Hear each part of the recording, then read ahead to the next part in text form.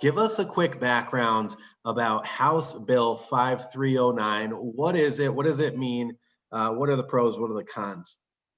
Okay, so it's a bill proposed by 10 Democrats here in Rhode Island that would stop all evictions and all termination of tenancies. So you can't evict a tenant and you can't even ask them to leave. Okay, even if they're paying, even if they're the best people in the world, you can't ask them to leave.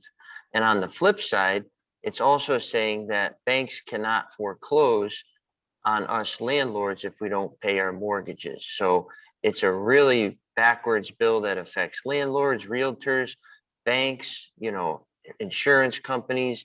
It's a complete blockbuster for our real estate market. Why does it seem like we have people who have zero clue about how our economy works, how our business works, in charge of passing disastrous bills? I think the intention is good.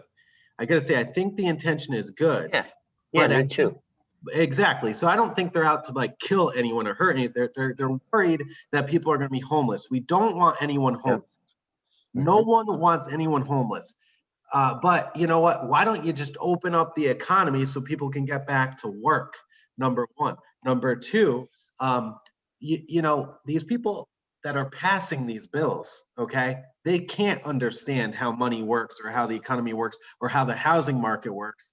And I feel that's when advocates like yourself, Greg, like myself, like I hope the Rhode Island Association of Realtors steps up and says something about this.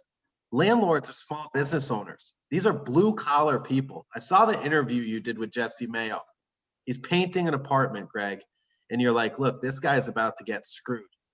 It is a compounding effect.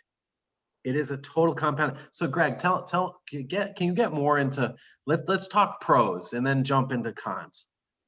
So the pro is that we keep the tenants in their homes and we're not furthering the spread of the COVID. We're not dealing with a homelessness crisis. So that is the pro. The con is just the ancillary effects of, not getting our monthly rent. So therefore, we're not paying our monthly taxes, our monthly mortgage, our monthly insurance, our monthly water, our sewer bills. We're not paying our maintenance vendors. We're not paying anybody because we don't have the money to pay them.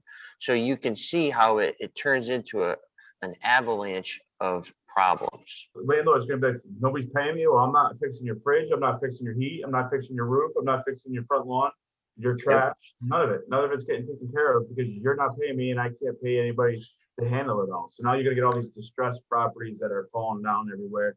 You're gonna turn it's probably been rehabilitated back into a really terrible neighborhood. And it's just What happens when that happens? That's the beginning to the end. This is a potential wave of foreclosures, a potential wave of crappy looking houses, a potential wave of lower prices for properties, less equity. Okay. Mm-hmm. Disastrous.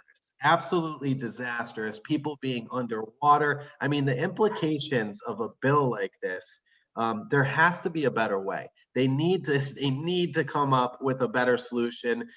No one wants anybody to be homeless. No freaking way, guy. No way. I grew up in a very low middle class type of house. We were struggling with mortgage payments, guys. I get it. I lived on ramen noodles. I get it, right? I was almost homeless. So I get it. We're not the bad guys. Landlords, property owners are not the bad guys. That's something you should aspire to be. If you are close to homeless, figure out a way to leverage the American system to make some money and not be. The bottom line that we have to all ask the question of is, what's worse for the community, an eviction or a foreclosure? Okay, that's the bottom line. So the obvious answer is a foreclosure is much worse. So how do we avoid it? We need to compensate us landlords for lost rent, and that needs to be something that's distributed from the state or the federal government. And that's the only way to fix this problem. We'll let the tenant stay as long as you want. I do not care. I'll let a tenant stay for 1,000,000 years, so long as I'm compensated. You can't tell me how to run my business and then tell me to pay my bills.